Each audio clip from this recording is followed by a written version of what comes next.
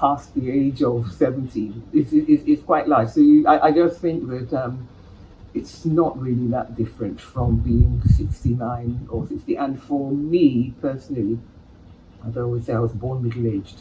So now I can actually say that I'm now in old age. How does it feel? Do you feel? I feel the same. I feel the same as I did before. So I can't say anything more tonight. Well, you look good for 70. What's the Yeah, that's secret? what I'm saying. That many people who you don't think are 70 are actually 70. And although I did say to people that you'd be surprised what a few eyelash extensions, a wig, and a bit of lipstick can do to to make a person look good. I did a photo shoot to mark my 70th birthday, and I must say, even I was impressed by the photographs that came out. But yeah, no, I think that's. What are the lessons? Well, Looking back. I can't say there are many lessons because everybody's life is different. But I think that the main thing that continues to resonate, because I did the communications workshop several years ago, well, I should actually say 40 years ago. And well, it was something that was run by Professor Babs Fafunwa and other friends, old and young, of his.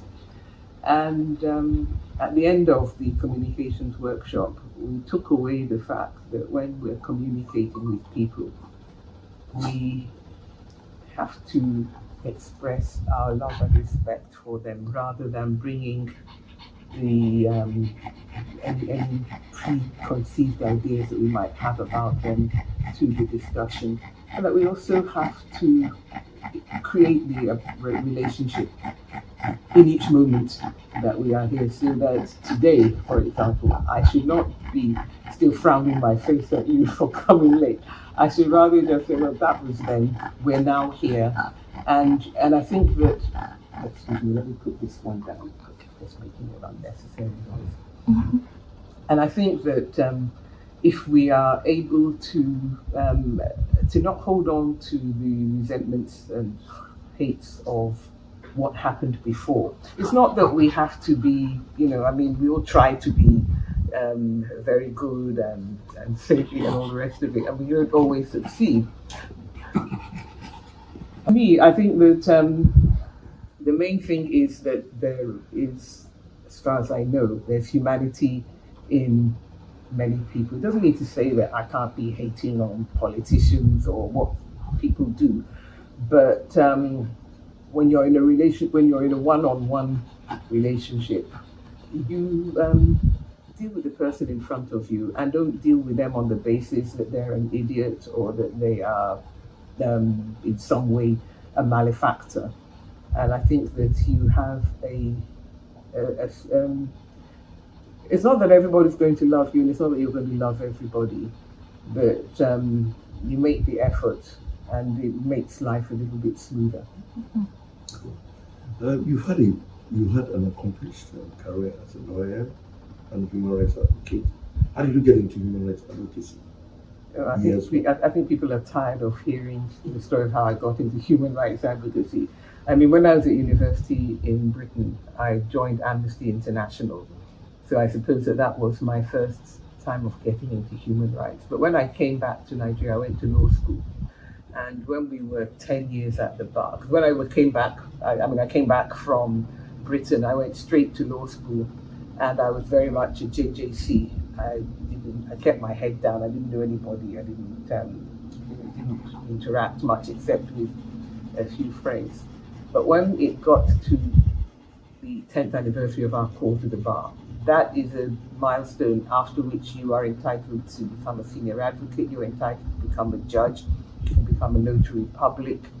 And so my two closest friends, Tokunbo Shofola and the former Esiri, I said, look, we're now can become judges and all the rest of it. Let's have lunch so that we can mark this occasion. And that was in 1988. And then people kept on calling me and saying, Ayo, I hear you're planning a lunch.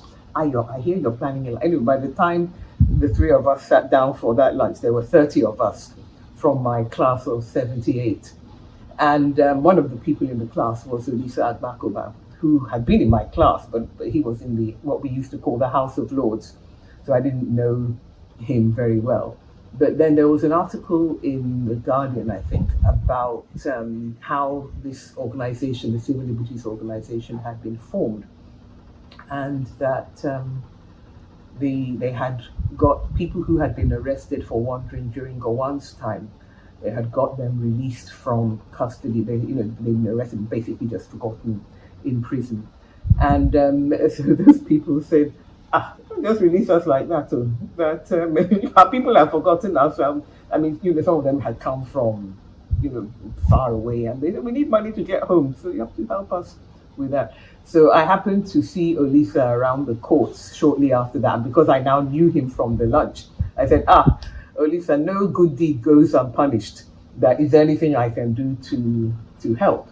And that was how I got involved with the Civil Liberties Organization, which had been founded and was Nigeria's first indigenous human rights organization. So after that, I think I was involved in some of their activities. I resisted being corralled into the women's rights section of the organization, but I had helped to draft a new constitution for the organization, which said that after 2 terms of 4 years, the president should stand down and somebody else should become president. And so we had drafted that. And meanwhile, I had been working with Chief G.O.K. Ajayi, SAN. But when I had my daughter, I found that it wasn't so much that I was going to work less, but that I needed more control over my own timetable, because working for him, you had to be in the office by 7:30, and you would work till officially 4:45. But if you left at 5:30, you counted yourself lucky. So it was time for me to leave. And so I formed a partnership with Shupo Sholibare. And so I was now more in control of my what I could do and what I couldn't do.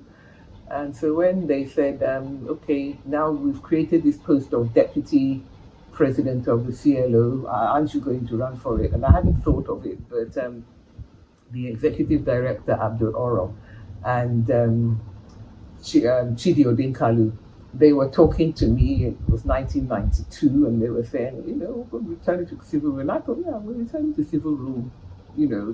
By next year we'll be under civil rule. It'll be a piece of cake. So why not? So I stood for election. Somebody else stood, and I was elected as deputy president of the CLO. And then after that, by the time Olisa had done his 8 years, and he said, I'm going. And nobody else wanted to stand for president. But unfortunately, because I was the deputy president, I didn't really have any choice. It was a question of, you put your hand to the plow, you can't really turn back. So, of course, I was returned unopposed as president of the CLO. And by that time, we had, our offices had been raided and locked up, and we had to actually have the general meeting of the CLO in secret, the one at which I was returned, and then we had Titus Mann was elected as the vice president, as he then called him, and John Oda was the treasurer, sorry. So that was how I became fully immersed. How about law? How did you? No, the position of president and vice president or deputy president is a voluntary position, so you have to work and earn your living, and that's what I was doing. But I was now in partnership with Chief Sholibare. So the theory was that he would get the work because he did more solicitor work, and I was doing more barrister work, going to court. So I would. So the theory was that he would get the clients and I would do the litigation. And kind of, we're still partners, although both of us are sort of, more retired than not. When you decided to study law years ago. What was the attraction? Why law? Why not medicine? Why not something else? Well, I should. Oh my God, that's the end of your water. I can't believe it. Now, wow. Anyway, I'll get you I should say that my father, Lai Ogunshola, is a lawyer. So there was always that. That was why I read law. And also, I think in those days, in the 70s, a law degree was a little bit like how do I put it? It was a bit like an MBA became later. In other words, if you weren't going into science, a law degree was a kind of, you could still do anything. It was sort of all-purpose. It was a bit like an all-purpose. You could go from there into business. You could go from there into anything. I decided to do a master's degree while I was still abroad in international law, which I did completely my thesis, because at that time, by the time I qualified, the whole new international economic order was a serious matter where developing nations were supposed to be taking control of their resources and so on and so forth. And my law professor used to keep on saying, the international community would mean Britain and the United States, and possibly with the addition of France or Germany. And I thought, how does this become international law just because Britain and France say so? So that was why I decided to do my master's degree on the new international economic order. And I came back, but I needed to go to law school so that even though I may not go into practicing law, I wanted to keep my options open. But in the end, I ended up practicing law, and that's what I still do. That's why my written gown now still there. And even though I'm supposed to be retiring, I still have litigation that's ongoing. So while my partner can say that he has retired, in theory, if you've got old clients, you kind of still, and especially if you have ongoing cases, you have to sort of see them through as far as you are able. Talking about human rights advocacy, at what stage are we now in the country? Well, I don't think that there's ever a point where we can say that we have arrived. I mean, there's an American Civil Liberties Union. In Britain, people are still fighting for their human rights. Even Denmark has a Center for Human Rights. So I don't think there's any point at which we need to relax. And the reality is that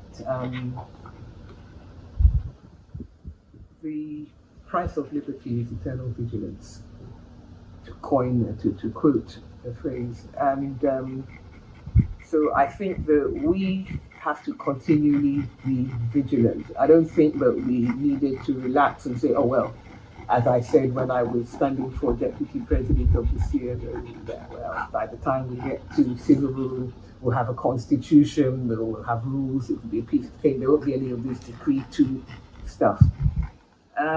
We can't afford to rely on that or to relax. And so I think that there continue to be abuses of human rights in Nigeria. And I'm one of those who take the view that we cannot be joining others to shout Black Lives Matter when we in our own country are treating Black lives as if they don't matter. I mean, the Chibok girls, 90 of them, are still unaccounted for. Are we going to say that their lives matter when our government has not brought them back? Of course we can't say that. So to me, I can't sort of put it on a scale and say it's worse now than it was, because during Obasanjo's time we had the massacres and those were done by agents of the state.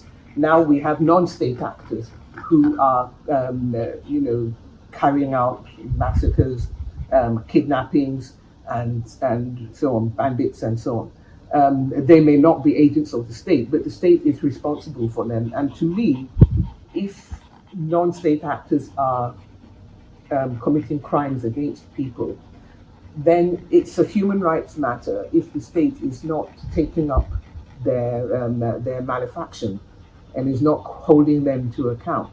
So I would not want to say that, well, the police is one thing and we have to deal with abuses by the police, but that we can't hold the government responsible when herdsmen do their thing, or when bandits kidnap or whatever. I think that we need to put it all on a scale, because, for example, you are journalists. You know that somebody can be a journalist or exercising their right to freedom of expression, and it can be a private person who attacks a journalist, or it could be a private person using the agency of the state, as we saw in, the most recent case we saw was that of Farotini. But there's also the young woman who had some unkind words, as were perceived, about ordinary tomato paste. So you can see that the malefactors are not just government. And I think that insofar as we cannot relax, we have to continue to be vigilant. But I would never sit down and say that we have now arrived at a plateau. And it would be a mistake to think, quite frankly, that there's any country that they can arrive at a plateau and say we don't need to worry about upholding or enforcing or protecting our human rights. But on the scale, if you look at international scales, Nigeria is not at the top, it's not in the middle, it's closer to the bottom than it is to anywhere else. What are your views about our experiment with democracy? It's what we fought for. It's an ongoing process, and it's not a day's job. It's not a destination. It's a process, and the point about the process. I have a lot of people saying, "Oh, you voted for this person, or you supported this person. You can't be." I said, "Excuse me. What did you think freedom of choice meant? What did you think freedom of association meant? Do you think it meant that I had to agree with you on everything, and that if I didn't agree with you about a particular political choice that I'm making for a 4-year period, then, I don't have time for that. I don't have time for the intolerance that has come up." And I think that people are a bit misguided when they think that the human rights community all has to think the same way about political choices. And I think that political choices need to be, making political choices does not prevent you from your views about human rights or what needs to be done to uphold human rights. But, and I say this with particular reference to the fact that many of the obedient will be continually infesting my Twitter feed and think, "Oh, was this person, is this Nigeria the same person that was it? Oh, gosh, this is terrible. That these human rights people, they're blah, blah, blah." And I say, well, that's a view that people are entitled to, but it's a nonsense view, because today I may vote for somebody, tomorrow I may not. 70, what has changed about? As I said, I was born middle-aged, so I don't know that much has changed. I continue to be an elderly.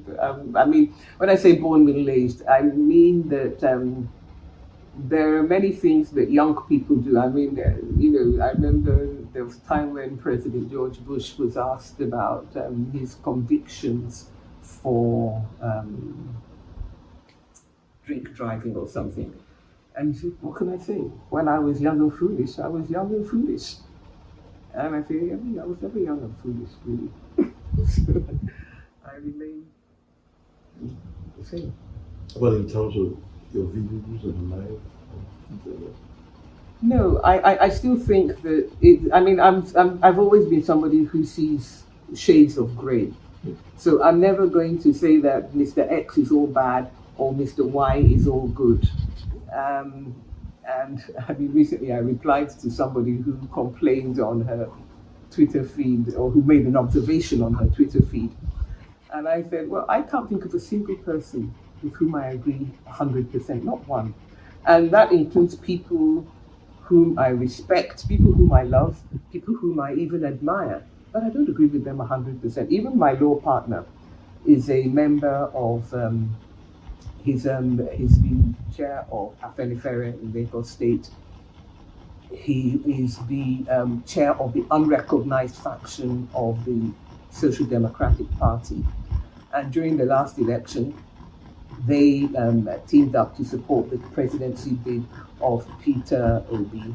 Now, I'm not going to quarrel with him because of that. I don't have to, and I don't have to say that everything, because he has done that, I'm now no longer able to speak to him. And he too does not say that because of that, I'm now, a persona non grata, or no longer the person that he thought I was, or anything like that, because, as I said, we make our political choices, and they may be for. I mean, I remember a friend of mine who was here, and my brother, he normally lives in Britain, but he was here, and he was asking her, but why? And she was asking me. I said, because I said that I voted for Bola Tinubu, and she was saying that she couldn't understand how, with all the questions about his education, his this and that. And I said, these things were so irrelevant to me in considering who we needed to steer us through the stormy financial waters that we were entering into. They were so irrelevant to me. You went to school where you didn't go to school there. I actually, but for her, those things were very important. Now, it's possible that people may have those views, and they may have different reasons for the choices that they make. And who knows? Those factors may be important today, may not be. They may not be important tomorrow. But I'm not going to say that because of that, I now don't agree with her on anything else. And of course, she's not going to say that about me either. At 70, are you planning to slow down on maybe work? Absolutely. I mean, as I said, I'm effectively retired, but I still have cases that I have to do. And certainly, I mean, when we decided to close, Ogunshola Sonibare is the name of our law firm, we decided that there was really no point in our keeping law a chambers, a separate office. So I'm one of those people who does working from home, and that was accelerated certainly by the COVID-19 pandemic. But I didn't feel that I needed to, I mean, you need to have a place where you can be served, you need to have a clerk, but you don't actually need to be going in. So that's why you see I have my printer, these days. So, and that means that I don't go to work every day. Now, in some ways, it means that because I don't go to work every day, I no longer keep a driver, because, as they say, an idle hands are the devil's workshop. And if you have a driver and you're not going to places, then you cannot. Then they're going to be idle, and it's generally not a good idea. But it means that you have to do a lot more things. I mean, on Thursday, we had the launching of Abdul Oro's book, Demonstration of Craze, in Abuja. And I had promised to be there. But when you don't have a driver, it meant that I had to get up, leave my house at 5:25, drive to the airport, park in the airport, and then, take the flight to Abuja, spend the day there, come back in the evening, get into my car and drive home. Now, that is not quite slowing down, but it was very convenient, because I've been at Abuja, at Lagos Airport before, trying to get an Uber to take me home, and I didn't find it funny at all. So, in some ways you slow down, but there are other things that you have to do yourself more. Yeah, in fact, you have to do. I have to do a lot more driving now, but then I don't do as much driving. I don't go around as much as I used to before. So, plus or minus. So how do you unwind if you're not reading, writing, or doing course? What else? No, you can do reading and writing. In fact, the reason why I sent you a message to say that I have to be ready to leave is because on Thursdays we have something called the African Book Group, and we meet every Thursday. Well, we have breaks, but we meet on Thursdays to talk about African literature. We review books or like watch African films and so on. So, and I joined it because I found that I was spending so much time online, Twitter, social media, and so on, that I was losing the habit of reading, and I felt, I need to keep my reading muscle working or exercise.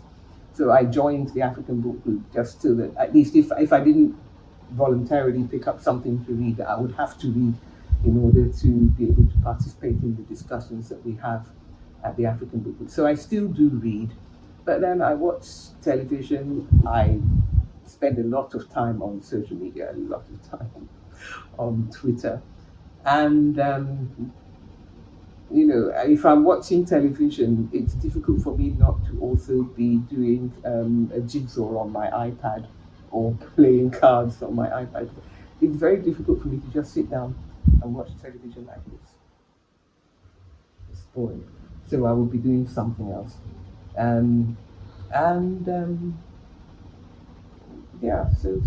So how easy was it for stepping up to catch up with social media when it came? With who? With social media when it came. For somebody who would be considered an old school. Yeah, the thing is that it was funny because there was a time when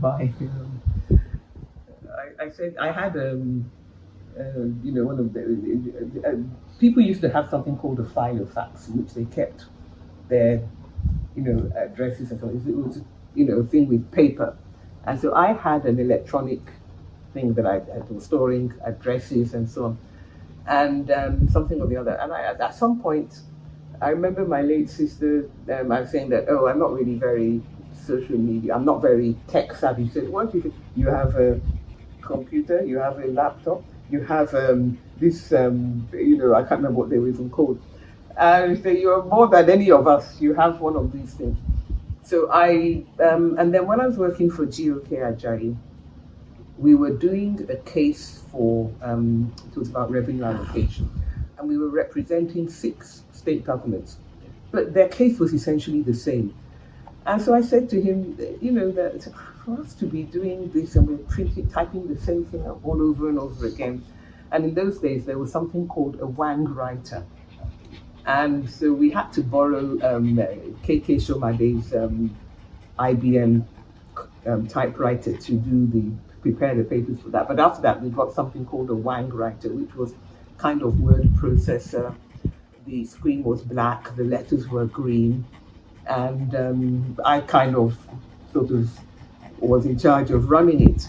And then when things like WordPerfect and Word came out, and the whole desktop computer thing came out, I said, again at GOK's chambers, I was sort of the one driving let's get this stuff so that we can prepare our papers and all the rest of it.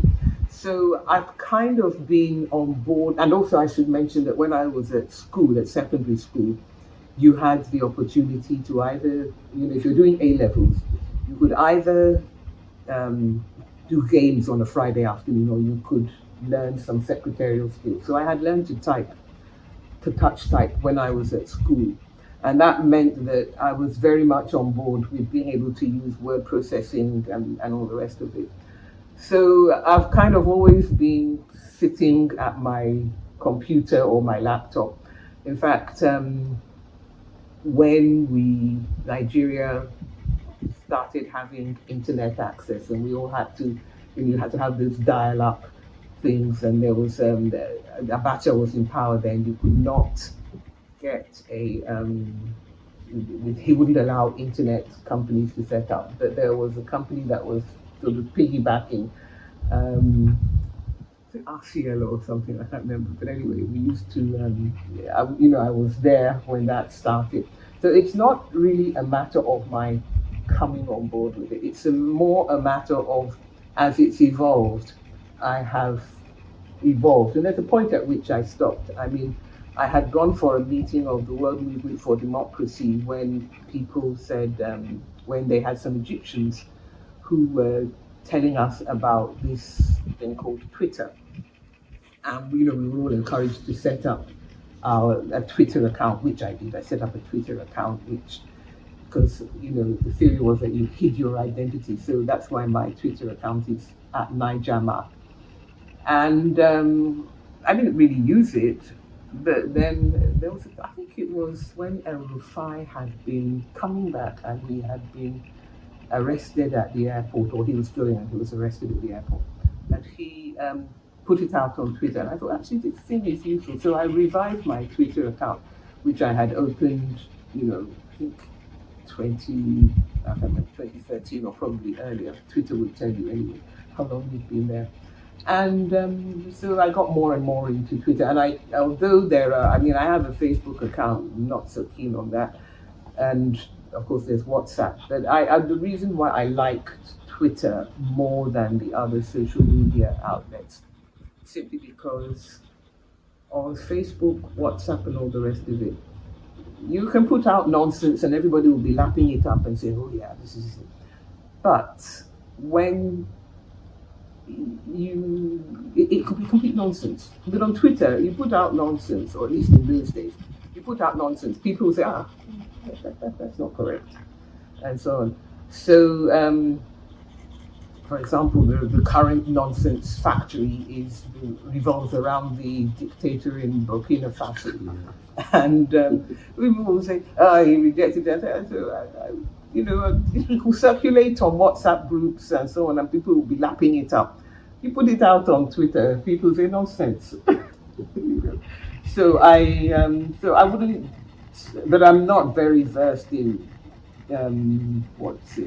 all these other ones. Facebook, I'm not versed in Snapchat, I'm not versed in TikTok, and so on, because there's a point at which I think I became stuck in the mud.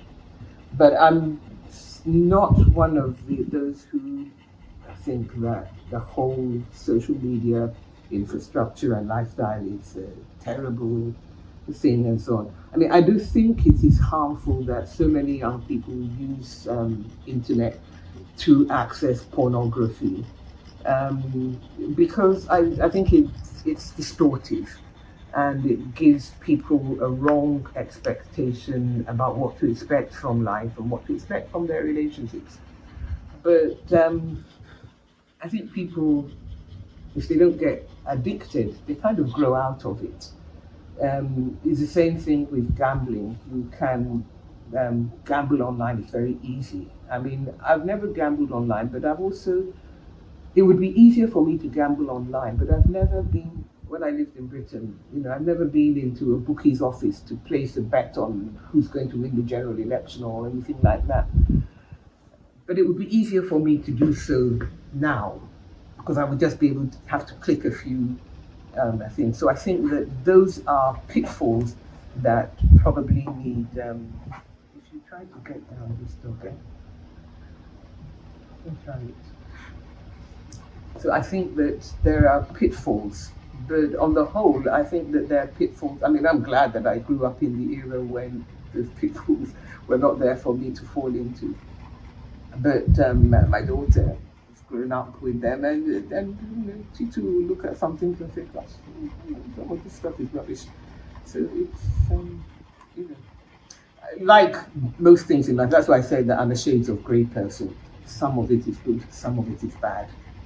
And what we need to do is to learn how to navigate and make our own decisions, make our own minds up. When you think about Nigeria, the potentials, the efforts you put into that, other people that do that, where we are today, does it feel bad or sad? Or? No. I mean, in fact, I've been, I said that my brother was here last year. He lives in Britain. And it happened that when he was supposed to go back, he had an accident at the Nigeria Conservation Center. Stepping, there's a place where you step onto the walkway, and it's not really clear that you're stepping down. So he hurt his leg, and that caused him to develop deep vein thrombosis. So the 6 weeks that he planned to stay here, they said that you can't go until December. He came in June. They said, well, you can't leave. You have to stay here for 6 weeks. Get this DVT. So when it came to December, we said, well, you're not going to do it for Christmas, are you? So then he stayed. And then we said, but my aunt is going to be 90 on the 2nd of February. You can't go before that. So in the end, my brother did not go until the end of practically March. And I think that it was interesting for him to stay because we were trying to get him to do a reverse jackpot, to jackpot that, not that he jackpot really, but we were getting him to say, look, Nigeria is, there's potential in this country. And please, I don't say potential, so don't write me as saying potentials. I said there's potential in this country. And things can be difficult, but you can actually, there are things that you can do. There's work to be done. We need the work to be done. And I'm not saying burn your bridges abroad, but consider Nigeria. I think there's still a heap of potential in the country. And I remember when I was younger, even in the 80s, a friend of mine used to say that, Nigeria is not necessarily a tourist destination, but there's money to be made here. And the people who are coming here, that's what separates the men from the boys. The people who are ready to come here and make it, and the people who are not. And he, by the way, went on to make it in Nigeria very successfully. And, in an industry where it's possible to, some people will cut corners. You do not need to cut corners in order to succeed. So I think that when we definitely, and I keep, because I'm not an economist, I will keep on asking those who are in the know. I say that, look, I know we're in hell right now in this Nigeria. I know we're in hell. My continued question is, are we going through it? Or are we just sinking deeper, going deeper into it? And by the way, it's not always very encouraging when you are marching through, and people are telling you are marching through hell, but then they step to one side and say, go on. And then the next thing is that you look back and they are off there with their private jet or some other form of helicopter to take them out of the hell that you are going through. And they are landing somewhere else. That's why I'm a big believer in the low profile. I don't care if it's hypocrisy for our leaders to be wearing, to be doing local, all the rest of it. I don't care. Let them go through the hypocrisy so that we also can be encouraged that we don't have to have an oppressor before we count as anybody, and so on and so forth. It's a pity that we continue to measure people by size of their car and all the rest of it. Well, you saw my car outside, so you're not going to get too excited about that. I'd love to have a nice fancy car, but this is where we are. And I think that we can, to me, Nigeria is certainly not living up to its potential. There is a lot of work to be done, and that work is not just in politics, it's in the way we approach our cultural life, it's the way we deal with each other, our interpersonal honesty,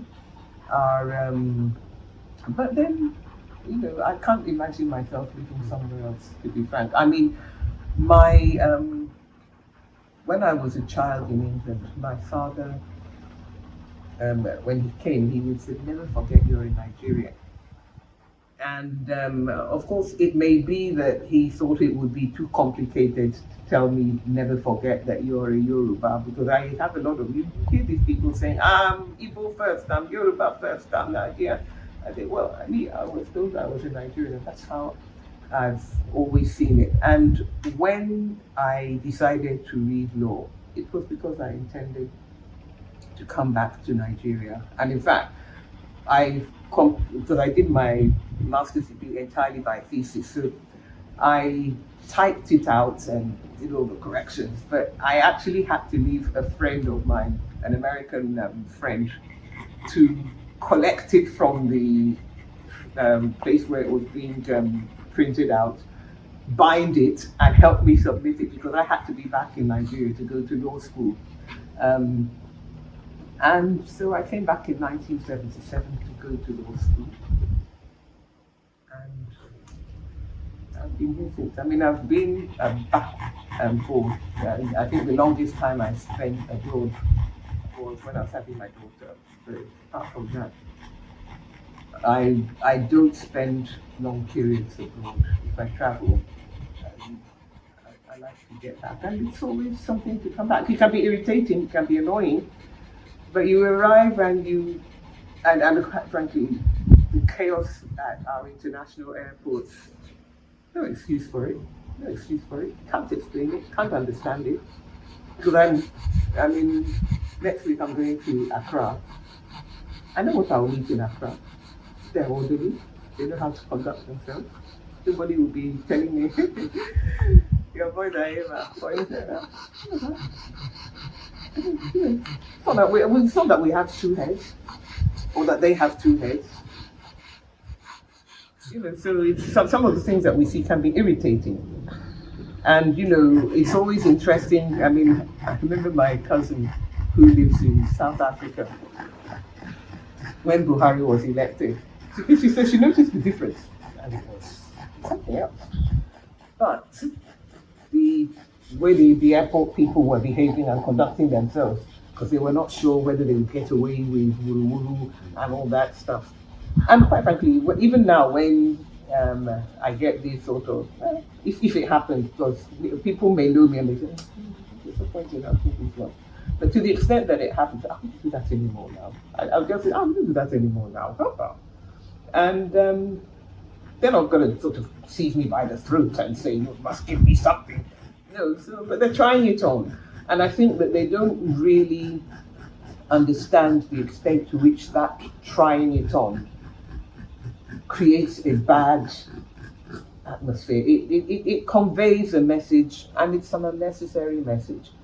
So I would love things like that. You may say that they're cosmetic, that it's just, at